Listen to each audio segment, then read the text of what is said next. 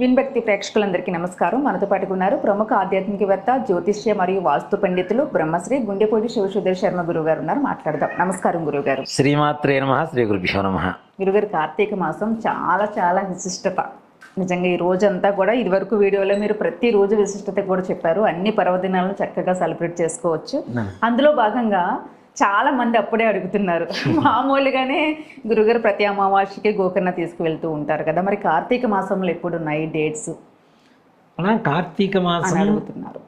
చాలా హడావుడిగా ఉండేటువంటి మాసం. నిజంగా చెప్పాలి అంటే లాస్ట్ ఇయర్ కూడా మనం త్రీ ట్రిప్స్ వెళ్ళాము అనుకోకుండా అంటే జనాలు రద్దీ ఆ విధంగా వచ్చింది. అందులో భాగంగానే అడుగుతున్నారు, ముందుగానే బుక్ చేసుకుంటాము కార్తీక మాసం చాలా రద్దీ ఉండవు కదా బుకింగ్స్ అంటున్నారు. అందులో కార్తీక మాసం అక్కడ ఉండేది మహాబలేశ్వరుడు, ఆత్మలింగం. ఎవరు అవకాశాన్ని చేజార్చుకుంటారు కదా, ఎవ్వరు కూడా దాన్ని మిస్ అవ్వరు తప్పనిసరిగా. అంత పవిత్రమైనటువంటిది.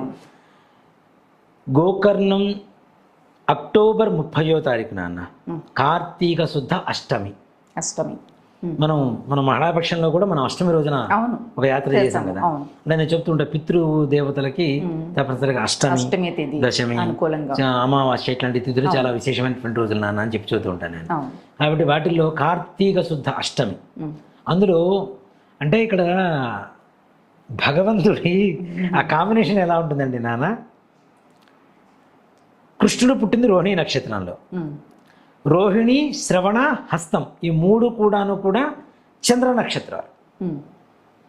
ఈ అష్టమి రోజున శ్రవణ నక్షత్రం వస్తుంది.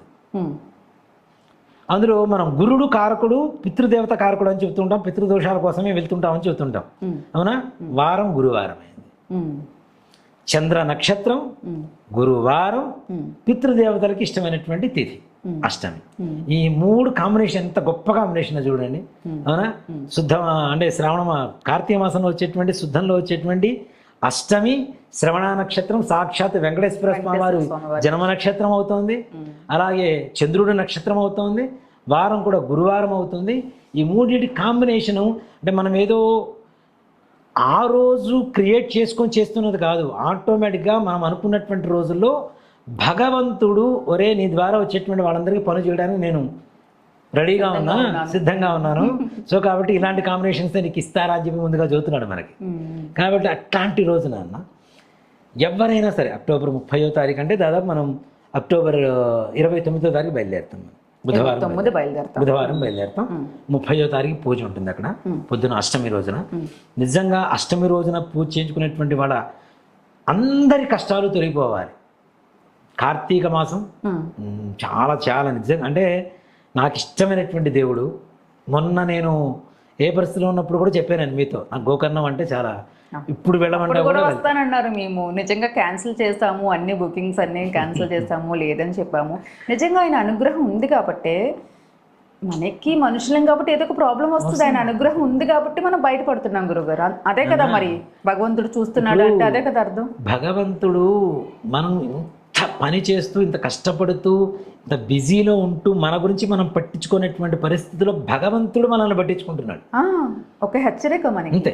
సో జాగ్రత్తగా ఉంటారు. ఆయన క్రియేట్ చేస్తారు, ఆయన తొలగించారు. అంతే. మనం ఒక పాట నేర్చుకున్నాం. అంతే. మన కొంచెం అంతే అంతే, అంత మించి లేదు. నిజంగా భగవంతుడు నిజంగా తలుచుకున్న కళ్ళలో నీళ్ళు వస్తున్నాయి. చిన్న దాంతో పోయేటట్టు చేసేదే భగవంతుడు అనుగ్రహం. ఇప్పుడు ఎంతో పెద్ద ప్రమాదాన్ని గడిపోతో తీసి పక్కన పడేసాడు. అంతే. అసలు ఎక్స్పెక్ట్ చేయలేదు ఎవరు కదా. సో కాబట్టి అంటే మీకు అర్థం కావచ్చు, మా ఇద్దరి మధ్యన మీ ఇద్దరు మాట్లాడుకుంటున్నారు, మాకు అర్థం కావట్లేదు అనుకోవచ్చు. చిన్న హెల్త్ ప్రాబ్లం వస్తే దాని పెద్ద సమస్య, కానీ భగవంతుడు తృప్తిలో చిన్న గడ్డిపోచతో ఒక దర్భ మొక్క ఉంటుంది చూడండి, దాంతో తీసి పక్కన పడేసాడు నా విషయంలోనే. అంటే ఆయన నమ్ముకుంటే ఏ రకమైనటువంటి కష్టం ఉండదు అని చెప్పడానికి ఇది ఒక్కడి గొప్ప నిదర్శనం. నేను కూడా ఆయన్నే గొప్ప నిదర్శనం అడిగాను మీ విషయంలో కూడా. ముందు గుర్తొచ్చి నాకు భయము వచ్చిన వెంటనే ముందు దేవుడికి అంటే నేను ముందు శివున్నే అడిగాను. అందుకనే కదా ప్రశాంతంగా కూర్చొని మరలా మనం కెమెరా ముందు కూర్చొని మాట్లాడగలుగుతున్నాం, మన వాళ్ళని మళ్ళీ కలగలుగుతున్నాం. సో కాబట్టి అక్టోబర్ 30వ తారీఖు ఈ అంటే మరలా చెబుతున్నాను, ఏదైతే పితృదోషాలు, స్త్రీ శాపాలు ఉంటాయో వాటి వల్ల కలిగేటువంటి వాటికి కష్టాలు అంటే మీరు అనుభవిస్తున్నటువంటి పరిస్థితులు ఏవైతే ఉంటాయో వివాహాలు కాకపోవటం, అయిన వివాహాలు సరిగా సత్సంబంధాలు లేకపోవటం, సంతానం కలగకపోవటం, సంపాదన లేకపోవటం, ఆస్తులు గొడవలు పడటం, అన్నదమ్ముల మధ్య వివాదాలు రావటం, అలాగే శత్రు బాధలు పెరగటం, రుణ బాధలు, మీరు అప్పులు చేయవలసి రావటం, ఇచ్చిన అప్పులు తిరిగి రాకపోవటం, అంతేకాకుండా ఎంత సంపాదించినా ఎంత కష్టపడ్డా కూడా డబ్బులు మిగలకపోవటం, అలాగే పిల్లలు మాట వినకపోవటం, అనేక రకాలైనటువంటి సమస్యలకి ఏదైతే పరిష్కారం ఉంటుందో అదే గోకర్ణంలో ఉండేటువంటి మోక్షనారాయణ బలి. ఇక్కడ ఇంకోటి కూడా చెప్తున్నాను నాన్న, మీరు గోకర్ణం అని చెప్పి ఓపెన్ చేసి చెప్తున్నారు, కొంతమంది గురువులు చెప్పట్లేదు, మీరు చెప్తున్నారు అని చెప్పి కొంతమంది గురువులు నా మీద కక్ష కడుతున్నారు. నేను గోకర్ణం అని చెప్పి మనం ఓపెన్ చేసి చెప్తున్నాం. మీరు చెప్పే వరకు ఎంత క్లియర్ గా ఇది ఒక ప్రాబ్లం ఉంది, దానికి ఒక పరిష్కారం ఉందని తెలియదు. గోకర్ణ టెంపుల్ విశిష్టత కూడా మీరు చెప్పాక చాలా చాలా విశిష్టత పెరిగింది. చాలా మంది వెళ్ళి దర్శనం చేసుకొని వస్తున్నారు ఆ శివుని. అక్కడ మనం వెళ్ళినా వాళ్ళే కనబడుతున్నారు, మన వాళ్ళే కనబడుతున్నారు, ఎక్కువ తెలుగు వాళ్ళు, తెలుగు వాళ్ళే ఉన్నారు చాలా మంది. కాబట్టి తప్పనిసరిగా నాన్న ఇక్కడ నేను లాస్ట్ టైం వెళ్ళినప్పుడు నాన్న మోక్షనారాయణ బలికి వెళ్ళాం కదా, అమావాస్యకి, లాస్ట్ అమావాస్యకి వెళ్ళినప్పుడు ఒక అబ్బాయి చెప్పాడు, అతనికి బ్రాహ్మణ కూర్చోబెట్టి చేయించు. అతనికి తండ్రి ఉన్నారు, అయితే ఒక బ్రాహ్మణ కూర్చోబెట్టి చేయించుకున్నాడు ఆ అబ్బాయి. అయిపోయిన తర్వాత నాకు ఫోన్ చేశాడు, నన్ను కలవాలని చూసేట కానీ నేను బిజీ వల్ల నా ఫ్లైట్ టైం అయిపోయి నేను వచ్చేసాను. తను తర్వాత ఫోన్ చేశాడు నాకు, నేను మీతో విషయం మాట్లాడాలి గురువుగారు అన్నాను. ఏంటి నాన్న అన్న. గురువుగారు ఇప్పుడు నేను బ్రాహ్మణ పెట్టి చేయించుకున్న తర్వాత పిండాలు అవన్నీ కూడా ఆయన సముద్రంలో కలపడానికి లేచి నిల్చొని తీసుకొని వెళ్తూ ఉంటే ఆయనతో పాటు ఒక షాడో వెళ్ళిపోయింది గురువుగారు అని చెప్పాడు. నాకు గూస్ బంప్స్ వచ్చేసిన వెంటనే. అవునా నాన్న, నీకు ఎలా కనపడింది అన్న. లేదు గురువుగారు, ఎవరో పెద్దవాళ్ళు వెనక వెళ్ళిపోతున్నారు, ఆయన వెనకనే వెళ్ళిపోయారు, అది నాకు చాలా సంతృప్తికరంగా అనిపించింది. మా ఫాదర్తో చెప్తే కూడా చాలా హ్యాపీగా ఫీల్ అయ్యారు. సో అంటే ఇలాంటి నిదర్శనాలు ఎన్నో కొన్ని వందలు ఉన్నాయి నిదర్శనాలు చెప్పుకుంటూ పోవాలంటే.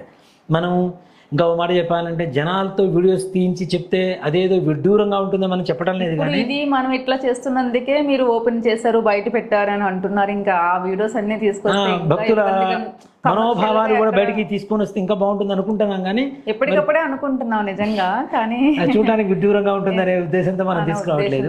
చేయట్లేదు. చేయించుకున్న ప్రతి ఒక్కళ్ళు చాలా సంతోషకరంగా ఉంటున్నారు. చాలా మందికి వెంటనే రిజల్ట్ వచ్చిన వాళ్ళు ఎంతమంది ఉన్నారు. నాకు ఓకే, కొంతమంది బయట భక్తులు తెలియని వాళ్ళు, విషయాలు తెలియని వాళ్ళు, జాతకం తెలియని వాళ్ళు అడుగుతున్నారంటే ఓకే. నాకు ఒక యూట్యూబ్లోనే చేసేటువంటి వాళ్ళలో ఒక గెస్ట్ అడిగాడు, అన్నయ్య నన్ను తీసుకెళ్ళి మోక్షనారాయణ బలి చేయిస్తారా. గెస్ట్ పేరు చెప్పడం నేను కానీ గెస్ట్ అడిగాడు. నువ్వు వెళ్ళినా కావాలంటే ఏర్పాటు చేస్తానని చెప్పి ఇవాళ వెళ్ళాడు. ఇవాళ పొద్దున తను బయలుదేరి వెళ్ళాడు అనమాట. నేను చేయించుకుంటానంటే సరే పంపించాను అనమాట. సో అంటే అలాంటి వాళ్ళకు కూడా భగవంతుడు మనల్నే చూపిస్తున్నాడు. అంటే జన్యువులో మనం వెళ్తున్నాం, చేయించుకొని వస్తున్నాం. కార్యక్రమం అంటే మిమ్మల్నే చూపిస్తారు గురువుగారు, మీరు దానికోసమే దానికోసం పుట్టినట్టున్నాం అంతే. దానికోసమే అక్టోబర్ 29 బయలుదేరుతున్నాను, 30 తారీఖు పూజ ఉంటుంది. తప్పనిసరిగా రావాలనుకునేటువంటి వాళ్ళు దయచేసి ముందుగానే నమోదు చేసుకోండి. 25వ తారీఖు వరకు మాత్రమే మనం ఎవరైనా వాళ్ళు రిజర్వ్ చేసుకోవడానికి, బుక్ చేసుకోవడానికి అవకాశం ఉంటుంది. 25వ తారీఖు దాటితే వద్దు, 25 దాటితే వద్దు. అంటే 4 రోజుల ముందున కనీసం మనం అందులో ఇప్పుడు ట్రావెల్స్ కూడా ఫుల్ బిజీ ఉంటుంది. కార్తీక మాసం Ayyappa season, travels full busy ఉంటుంది. అందులో ఈ గోకర్ణం ఇవన్నీ వెళ్ళేవాళ్ళు ఎక్కువ మంది ఉంటారు, యాత్రలు చేసేవాళ్ళు కొంతమంది ఉంటారు. చాలా జనం ఎక్కువైపోయారు గోకర్ణం వెళ్ళేవాళ్ళు. అందులోకి కార్తీక మాసం కాబట్టి శివుడు ఏ ఆలయాలు ఖాళీగా ఉండవు, అలాంటి చోట అంతకంటే ఖాళీ ఉండదు. కాబట్టి దయచేసి 25వ తారీఖు లోపల నమోదు చేసుకోండి. 8143666818 ఈ నెంబర్కి ఫోన్ చేయండి. తప్పనిసరిగా మా అమ్మాయి లిఫ్ట్ చేస్తారు. ఒకవేళ ఫోన్ లిఫ్ట్ చేయకపోతే మెసేజ్ చేయండి వాట్సాప్లో, తప్పనిసరిగా మళ్ళీ మీకు మాక్సిమం వాట్సాప్ చేయండి, రిప్లై ఇస్తారు. ఇచ్చిన తర్వాత తప్పనిసరిగా మీ వివరాలు నమోదు చేసుకోండి. వచ్చేటప్పుడు కూడాను మగవాళ్ళు అంటే ఇప్పుడు తల్లిదండ్రులు ఉన్నటువంటి వాళ్ళు, తల్లిదండ్రులు రాలేకపోతున్నారు, మేమే చేయించుకుంటాము అంటే ఆ స్థానంలో మీ తండ్రి గారి స్థానంలో ఒక బ్రాహ్మణ కూర్చోబెట్టి చేయించుకోవచ్చు. కాబట్టి ఒక పంచ, పై పంచ 9x5 అని చెప్పి పంచ చెబుతారు. దాంతోపాటుగా ఒక 1/4 కేజీ నల్ల నువ్వులు, 1/4 కేజీ ఆవు నెయ్యి, ఒక పీచు తీయకుండా ఉన్నటువంటి కొబ్బరికాయ, పూర్తిగా పీచు తీయకుండా ఉంటుంది కదా కొబ్బరికాయ, ఆ కొబ్బరికాయ, అలాగే 2 నిమ్మకాయలు తీసుకొని ముందు రోజు మీ ఇంట్లో అంటే మనం 29వ తారీఖు బయలుదేరుతున్నాము అంటే 28వ తారీఖు రాత్రి మీ ఇంట్లో హాల్లో ఒక టీపాయి ఒక టేబుల్ వేసి వాటి మీద పెట్టేసి ద్రవ్యాలన్నీ కూడా మరుసటి రోజు మీరు బస్సు దగ్గర వచ్చేటప్పుడు తీసుకొని రండి. చక్కగా పూజ చేసుకొని మరలా వెనక్కి రావచ్చు. అక్కడ మరలా దేనికంటే ఈ అనుమానాలు చాలా ఉన్నాయి. ఇంకోటి కూడా అక్కడికి వెళ్ళిన తర్వాత స్నానం చేసేటప్పుడు సముద్ర స్నానం చేసేదానికంటే కూడా ముందుగా మామూలు స్నానం చేయవలసింది తప్పనిసరిగా. మామూలు స్నానం చేయకుండా సముద్ర స్నానం చేయడానికి లేదు.